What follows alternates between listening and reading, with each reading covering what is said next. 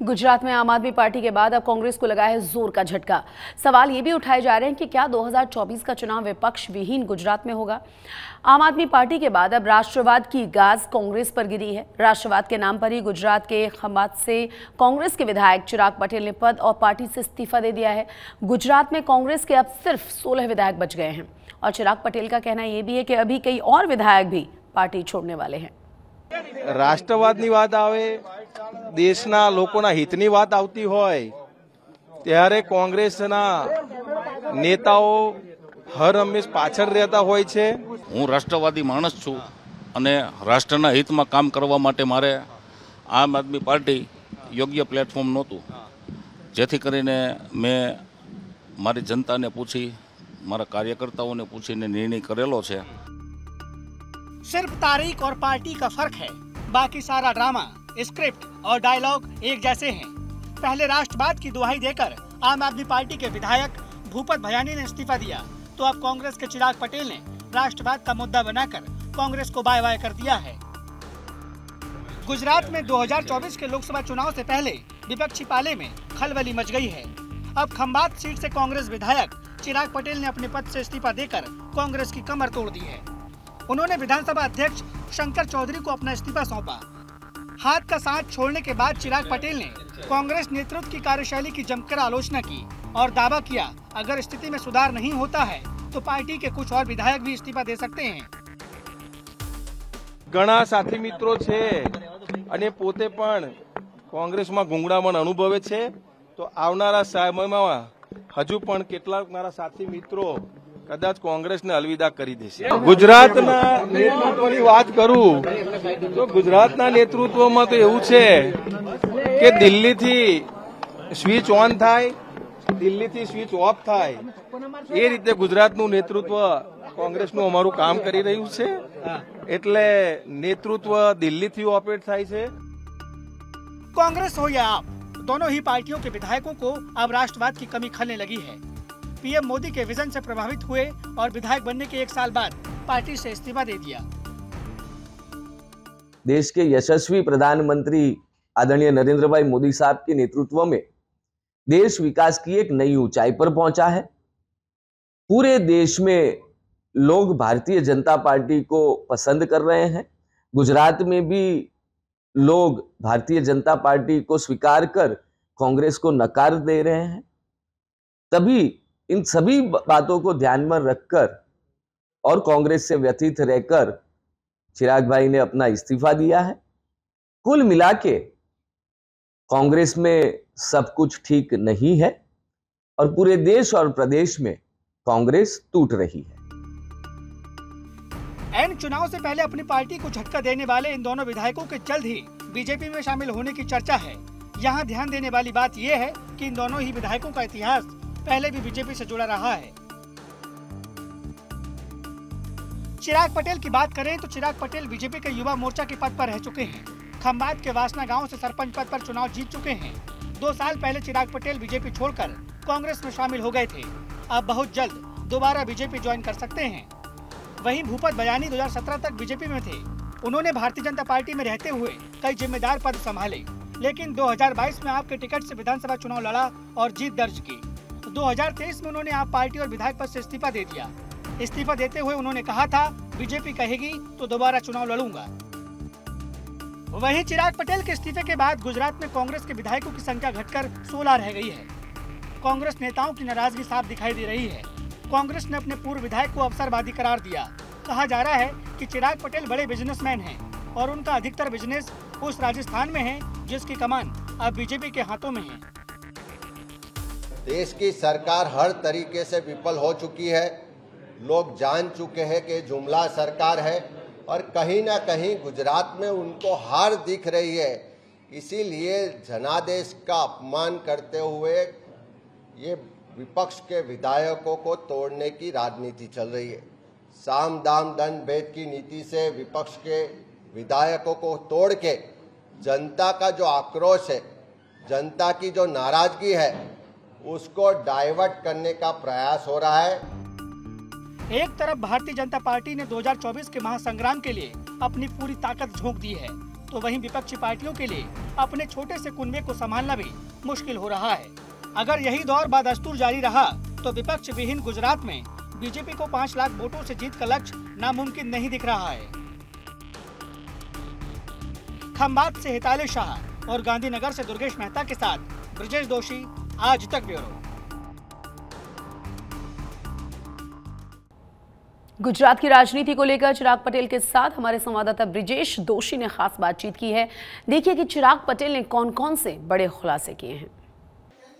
गुजरात में आज एक और विधायक ने इस्तीफा दिया है और वो विधायक कांग्रेस से हैं। खंभात के विधायक चिराग पटेल ने आज इस्तीफा दिया है। उनसे बात करते हैं कि क्यों उनको इस्तीफा देने की जरूरत पड़ी।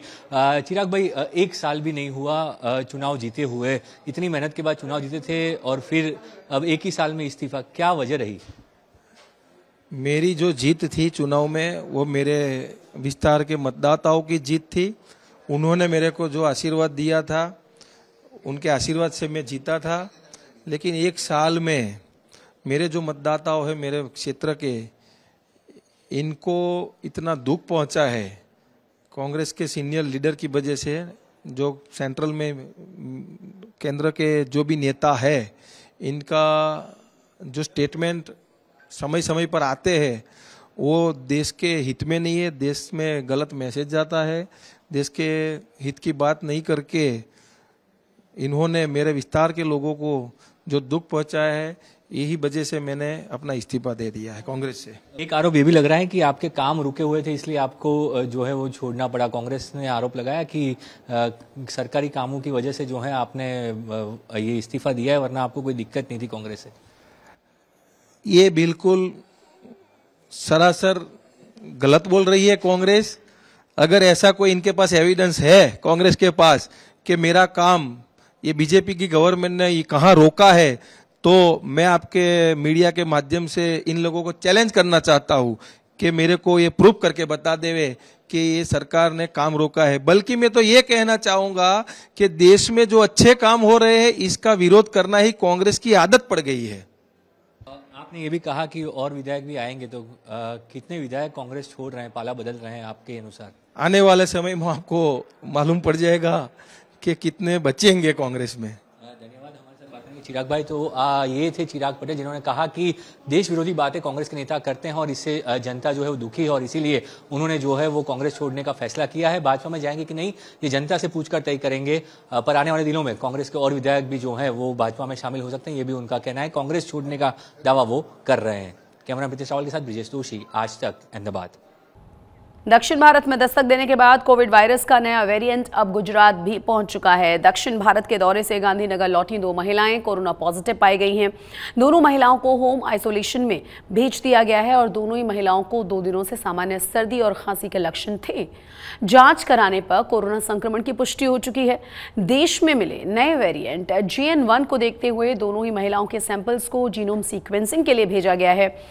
गुजरात में अभी कोरोना के 10 एक्टिव मरीज हैं। गुजरात के किसान प्याज का वाजिब दाम नहीं मिलने के कारण आंदोलन की राह पर हैं। सौराष्ट्र में इस आंदोलन का ज्यादा असर नजर आ रहा है। प्याज की निर्यात पर लगी पाबंदी को हटाने की किसानों की मांग पर सरकार की अभी तक कोई प्रतिक्रिया सामने नहीं आई। अपनी बात सरकार तक पहुंचाने के लिए किसान समाधि तक लगाने के लिए तैयार हैं।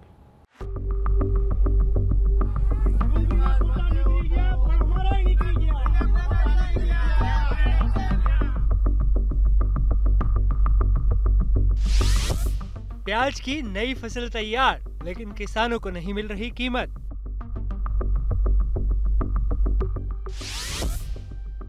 किसानों की आमदनी दोगुनी करने का वादा करने वाली सरकार प्याज का MSP भी नहीं कर रही तैयार।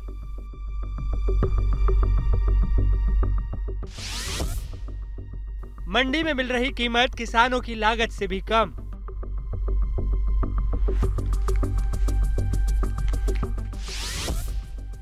पहले जिन हाथों से लगाई फसल, उसी हाथ से प्याज को सड़कों पर फेंका।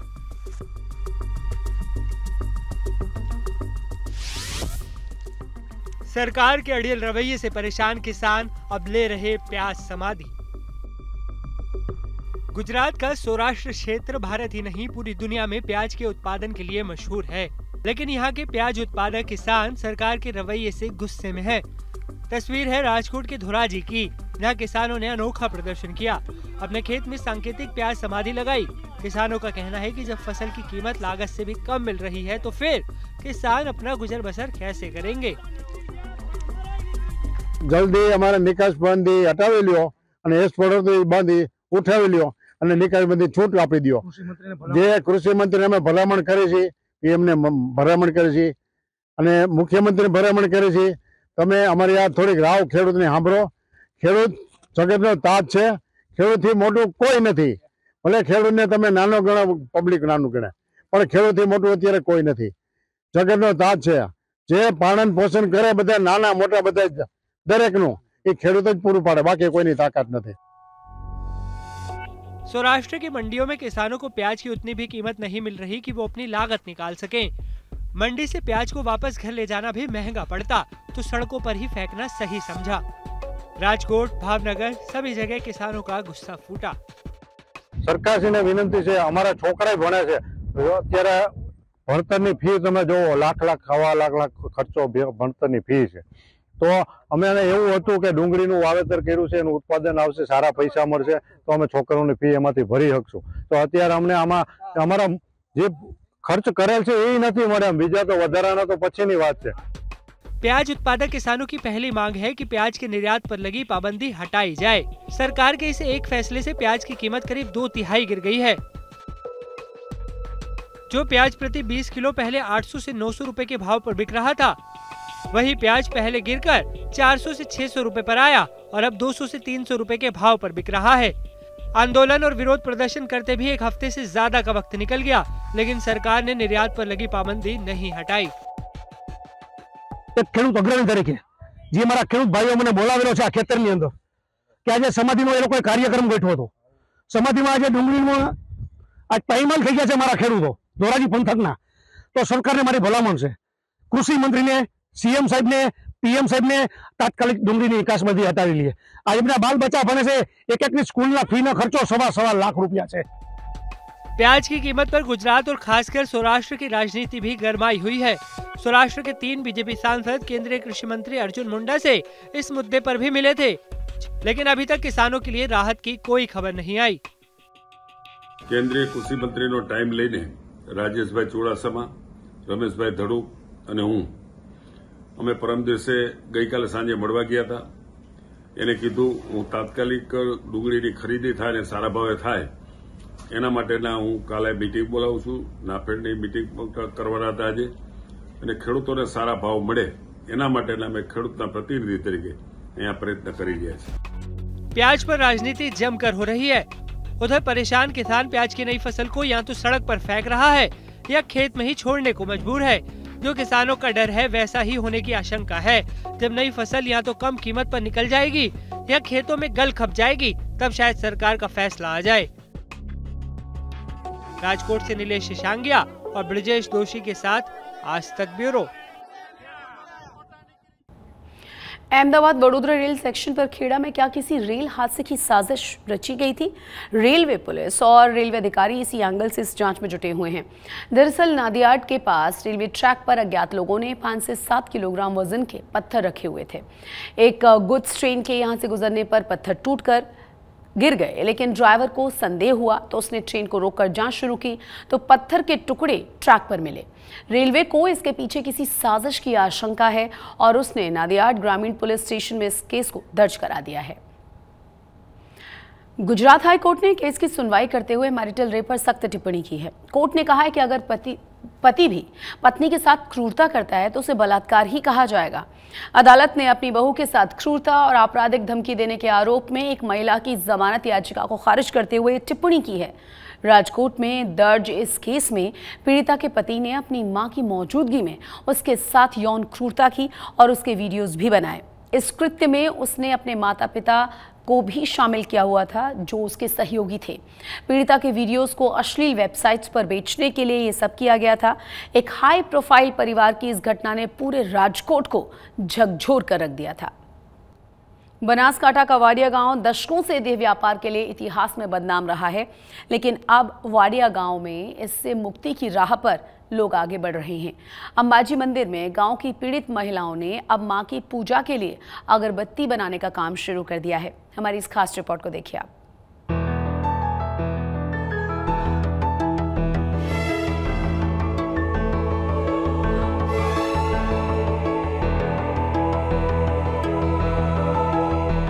मां अम्बे को अगरबत्ती समर्पित कर रही इन बहनों का इतिहास वाडिया गांव की बदनामी से जुड़ा था, लेकिन अब इन महिलाओं को देह व्यापार के दलदल से निकालकर मुख्य धारा से जोड़ा जा रहा है। अब वाडिया गांव की ये बहनें अगरबत्ती बनाने के लघु उद्योग से जुड़ गई हैं। इन महिलाओं ने अपने हाथों से बनाई अपनी पहली अगरबत्ती मां अम्बे के चरणों में समर्पित की और मां का आशीर्वाद प्राप्त किया। पहलू अमारू ग्रुप आईसरी खोडियालनु छे अने काजल बेने अमारी बहु मदद करी छे। अमारा गाममां आईने पहला अगरबत्तीनी तालीम अमने शीखवाडवामां आई छे। शारदा बेननो पण बहु बहु आभार। ए अमारा गाममां 20 वर्षथी काम करे छे अने ए बेनने लाया ए माटे अमने अगरबत्तीनी तालीम शीखवाडी छे, पण अमारा माटे बहु सारू छे। लाभ पासमनी दिवसे टीडीओ बेन अमारा गाममां आया था। गाममां आवीने पछी कलेक्टर साहेब बीजा सब संगाथी 4-5 साहेबो बीजा पण आया था। अमने अगरबत्तीनी तालीम आपी, अगरबत्तीनी तालीम आपी एटले बहनों अमारी मंडल बनाव्युं। मंडल पण अमारुं 10 जणानुं ग्रुप छे अने अमे सवाई सिंह ग्रुपमांथी आवेला छीए। तो अमारे खूब खूब अमारा बेननो आभार। दरअसल बनासकांठा जिले की सीमा से लगी थराद तालुका का वाडिया गांव देह व्यापार के धंधे के कारण दशकों से इतिहास के पन्नों में बदनाम रहा। हालांकि अब इस गांव की महिलाओं को सम्मान के साथ आगे लाने के लिए बड़ा प्रयास किया जा रहा है, जिसमें विधायक और विधानसभा अध्यक्ष शंकर भाई चौधरी और जिला कलेक्टर वरुण बरनवाल ने इन बहनों की मदद के लिए तत्परता दिखाई। अब वाडिया गाँव की ये महिलाएं सम्मान के साथ आत्मनिर्भर बन रही हैं। थराद तालुकामां मारा हाजर थया पछी माननीय विधानसभाना स्पीकर शंकरभाई चौधरी साहेब अने माननीय कलेक्टरश्रीनुं सूचन हतुं कि वाडिया गामनी बहनों छे त्यां सामाजिक कार्यकर्ता शारदाबेन पण खूब मेहनत वर्षोथी करी रह्या छे। तो एमना माटे जे पण कंई थई शके त्याना स्थानिक प्रश्नोना निराकरण माटे तो एना माटे मैं लाभ पाचमना दिवसे रूबरू मुलाकात करी हती अने बहनोने सखी मंडळ बनावी अने एमने कोई तालीम आपीए जेथी बहनों त्यां आर्थिक रीते निर्भर थई अने आगळ वधे। तो ये माटे अमे बहनों ने समझूत करी अने त्यां अमे बहनों 8 सखी मंडळना ग्रुपो बनाव्या हता अने त्यारबाद ए बहनों ने अमे आरसीटीना माध्यमथी अगरबत्ती बनाववानी तालीम आपी हती। इन महिलाओं को अगरबत्ती के लघु व्यवसाय में रोजगार देने का प्रयास किया गया है।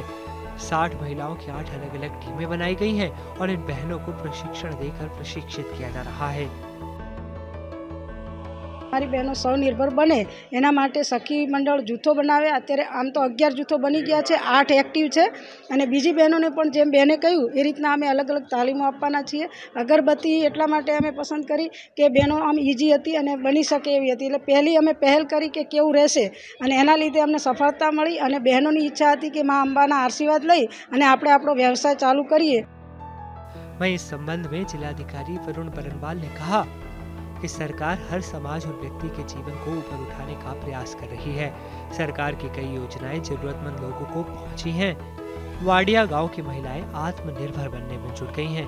इनकी बनाई अगरबत्ती अंबाजी मंदिर ट्रस्ट खरीदेगा, जिससे होने वाली आय इन बहनों को दी जाएगी। वाडिया गांव की ये बहनें सालों तक सभ्य समाज से दूर रहीं, लेकिन अब अपनी कड़ी मेहनत से ये बहनें एक नया इतिहास रच रही हैं, जिसका हर कोई स्वागत कर रहा है। बनासकांठा से धनेश परमार के साथ आज तक ब्यूरो। न्यू ईयर के जश्न को लेकर अरावली पुलिस अलर्ट मोड पर आ चुकी है। जिले के एसपी शेफाली बरवाल ने नशा करके आने वालों पर कार्रवाई करने के आदेश दे दिए हैं। राजस्थान बॉर्डर पर सख्त चेकिंग चल रही है।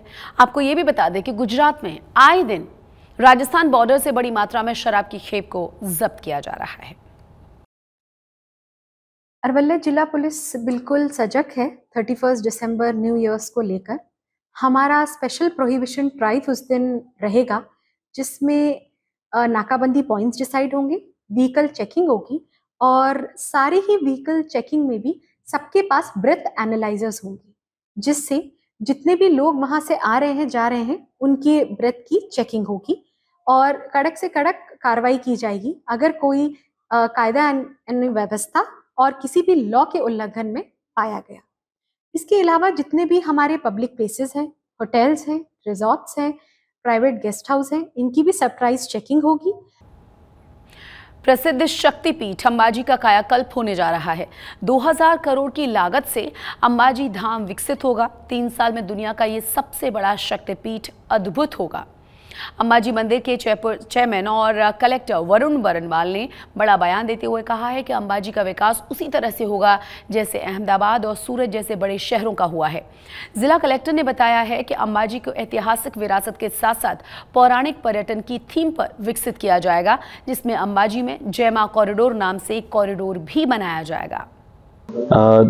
देश के सबसे बड़े शक्तिपीठ जो बनासकांठा जिले के अंबाजी गांव में स्थित है, वहां पर अलग अलग विकास के कामों के लिए भारत सरकार और राज्य सरकार द्वारा लगभग 2-1000 करोड़ रुपए की प्लानिंग की गई है। अंबाजी गांव के विकास के लिए जिस तरह स्टैच्यू ऑफ यूनिटी में एक अलग अथॉरिटी का गठन किया गया है, उसी तरह अंबाजी और आजू बाजू के 7 दूसरे गांव, इनके विकास के लिए एक अलग अथॉरिटी का गठन किया गया है। केंद्र शासित प्रदेश दमन के मुक्ति दिवस के अवसर पर जगह जगह जश्न मनाया गया। भारतीय जनता पार्टी की ओर से दमन बस स्टैंड पर ध्वजारोहण कर कार्यक्रम का आयोजित किया गया था और इस अवसर पर दमनदीव दादर नागर हवेली के बीजेपी सचिव जिग्नेश पटेल भी वहां मौजूद थे। उन्होंने अपने समर्थकों के साथ धूमधाम से मुक्ति दिवस को मनाया। वहीं दमन जिला कलेक्टर ने भी ध्वजारोहण करके तिरंगे को सलामी दी। इस दौरान जिला कलेक्टर सौरभ मिश्रा ने स्वतंत्रता सेनानियों को याद किया। साल 1961 ये भारत के इतिहास में बड़ा ही ऐतिहासिक साल माना जाता है, क्योंकि इस साल दमन और दीव का विलय भारत में हुआ था।